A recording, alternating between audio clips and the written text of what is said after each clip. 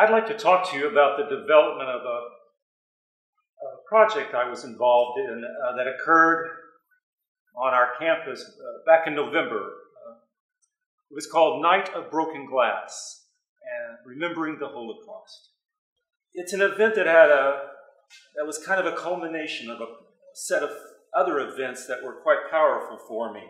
And I think what it does is it illustrates the power of experiential learning, how it can transform people, change their worldview. The event was about the Holocaust, and my understanding of the Holocaust was pretty limited. Bits and pieces of what I had learned in school, a movie here and there. It was mostly just head knowledge, and it didn't have a lot of depth to it at all. But this experience that I had that I want to share with you changed that. So how did it begin? It began with a phone call from Arthur Feinsod.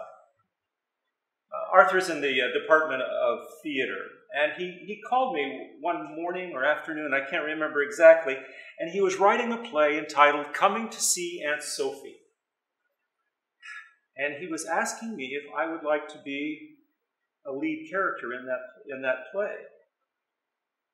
Well, I had not had a lot of experience acting. I had done a lot of community theater work, hardly anything here at ISU, so I asked him, obviously, to tell me what he was talking about.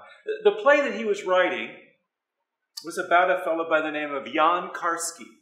Karski was a Polish dissident back in World War II. He'd grown up Catholic, joined the Polish army, became captured, escaped, started working for the underground, where he had got captured again. In the middle of the interrogation, which was awful for him, they were beating him and torturing him. He snuck a razor blade out, tried to kill himself so he wouldn't share the information that as a courier for the Polish underground that had been given to him. So he wasn't successful, but ended up in a hospital. After he left the hospital with the help that he had, he continued to be a courier for the Polish underground. His life is highlighted mostly by his attempt to get out the word of the Holocaust to the rest of the countries, to the West, to England, and to the United States. The words "Coming to See Aunt Sophie," which was the title of the play, was actually a code phrase that he used to make his way to England, and then later he got to the United States. He tried to share what was going on to the Jews, to Winston Churchill, but he was unsuccessful in meeting with him. He did, however, talk to President Roosevelt and share with him what he had seen. His report was based on eyewitness accounts from going into the Warsaw Ghetto and by seeing another concentration camp. Both of these places he had been snuck in and got to see the horrors of what was happening to the Jewish people. Well, Arthur's play captures his life through these moments. And this is the play that he asked me to work on. Well, I was pretty overwhelmed. It was pretty exciting. I was flattered. I told him I would, and then he shared with me that the play was not going to be debuted here in the United States. It was going to go to Germany. It's going to have a debut in an English-speaking theater festival. And then it would move for three more productions. It would move to Poland.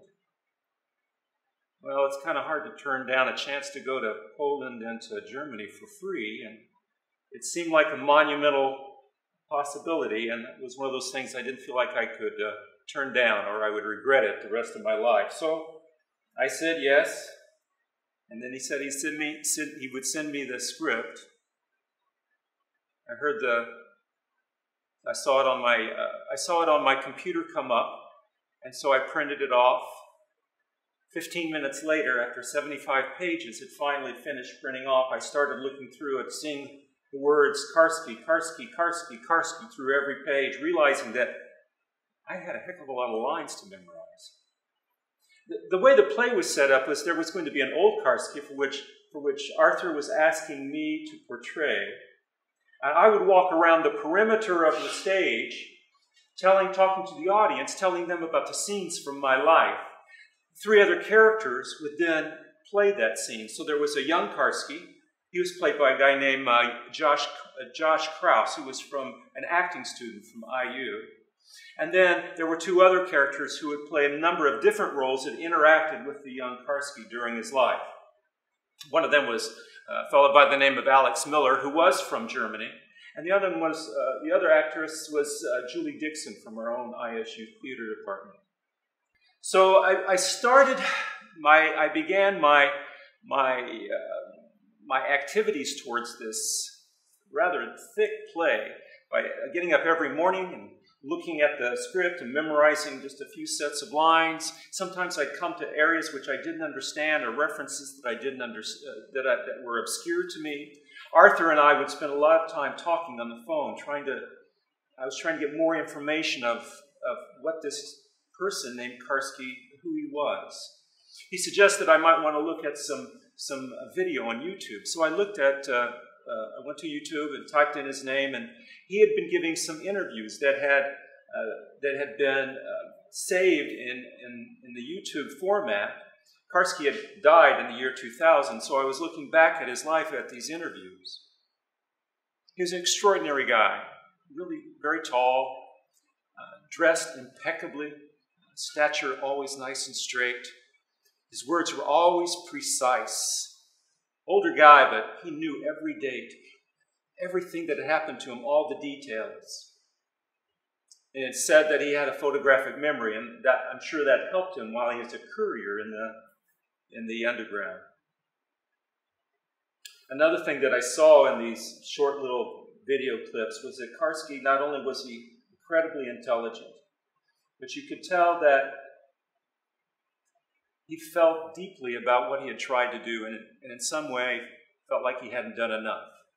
He would often get emotionally involved, and his emotions would rise up. They would sometimes have to stop the filming. He would go off to another room, and you could see him in those videos over in the side, trying to gather himself together so he could come back and do the interview. So he rode this kind of very roller coaster ride from being extremely intellectual, calm, precise, and then also getting upset and crying. Well, those were the characteristics that I thought I needed to bring to Arthur's play. And I remind you that I'm not an actor. Again, very little experience. So the rehearsal started here at ISU. We started working with Dale McFadden, who was our director, who was from IU. We would do 2 or 3 nights of rehearsals, getting ready. I was unsure of my lines.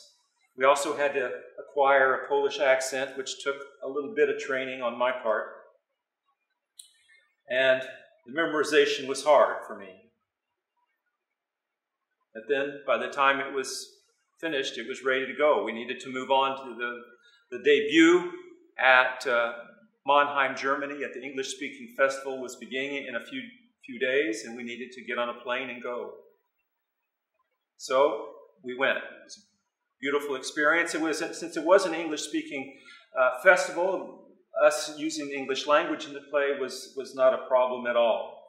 But the problem was that I didn't have my lines down, and there were so many of them, and so at times, during many of our performances, I would skip a word or I would skip a phrase. I remember once I actually crossed the stage, jumped 5 pages in the script to a different scene. Remember, there's a whole audience out there in front of me. And I realized I was on the wrong page. My heart started beating faster. Blood rushed to my head. My eyes were bulging. I was grasping a chair, holding it like I was going to break it. I looked back at my fellow actors. They were eyes face forward, and I thought, what am I going to do? And finally, my friend Alex, the other actor, stood up and said a line from the previous scene. Thank God, and we went back, picked it up, and continued on. that stress hung with me for the rest of our performances, not only in Mannheim, Germany, but also as we went to Poland. Karski was Polish. Everyone knows Karski. There are statues of him scattered through Poland. He is a national hero, and I was to play him. You can imagine, knowing that I had messed up lines earlier, how I felt about performing them in front of the Polish people who knew his life probably much better than me. So we arrived in Poland. We had a day or so to get settled down. We were going to play in 3 cities, in Łódź, Warsaw, and Kielce. These are 3 cities that are important to Poland, to Karski's life. One of the problems started to occur as we entered each city. As soon as we got there, we would be met by several people who wanted to share with us their community, give us a guided tour, and those tours often took us to places that were historical. So I'm walking next to what used to be the Warsaw Ghetto. I'm walking on the ground where thousands of Jews have been killed. I'm seeing monuments and memorials to great leaders, great Jewish people who tried to fight off the Nazi Germany folks who had been imprisoning them. So as I walked along these events, seeing where they loaded the Jews onto the boxcars to take them to an extermination camp, this was the place. This is the place where they fought their last fight against the Germans before they overtook the Jewish ghetto and then burned it to the ground. These episodes, at some point, I couldn't see them anymore. I had to back away. I was doing a performance in 2 hours, and I had to turn around and play this character on his roller coaster ride, from being calm and precise to being emotional and distraught, which occurred at the end of each act. So it was very difficult for me. We played in three cities, and the houses were packed. They knew we were coming. Before we went on, there were speeches. Dignitaries came. When we went on, often you would hear cameras clicking, and you would sometimes see people with the video cameras in the aisles. They were filming it for the news, and then they would leave after about 10 minutes of filming. Of course, we were playing in Poland, so the English language is not understood by many folks. So they did subtitles above us. They would project subtitles of what we were saying above us. So when you'd look out into the audience, they would be looking up and then looking down at you, and looking up and looking down at you. The performances went well. I didn't make any huge errors. I got most of my lines right. But on the way back, I started feeling like something had changed inside of me. I wanted to make sure that this event that I had experienced, at least internally, needed to be shared, needed to continue out. And so I talked with Arthur on the way back, and I said, I wonder how this kind of, either the play or the event, could it be broadened for our campus? And that's when we started talking about having an event that would last longer than just one day, one performance, but might be many performances. It might be many other things that would go on through a week that would help the students and the faculty at Indiana State get a better handle on this time called the Holocaust. So we started planning. We planned for about maybe a year. We brought in Dorothy Chambers from the Candles Holocaust Museum, and we started finding a date. And the date seemed to be natural, the second week of November, because that was the anniversary of Kristallnacht, which was the time in 1938 when the Jews suffered a great deal because people broke the windows and glass of storefronts. They burned synagogues while city officials stood by and watched. It was a time kind of the starting of this whole thing called the Holocaust began. So we began on November, that second week of November with our events. And before doing that, of course, I had to get money, and we had to get people who were interested. And I sent out the word, who would like to participate? Who would like to be a part of this larger event? And lots of people wanted to join us in what we were doing. Some of them were musicians who wanted to do a performance in music. Lots of scholars talked. There was historical lectures. Some people wanted to talk about, broaden the concept of the Holocaust to genocide so it connects with our contemporary kind of place where we are now. For my part, I was able to bring in art from, I gathered an exhibit together that was in Prague.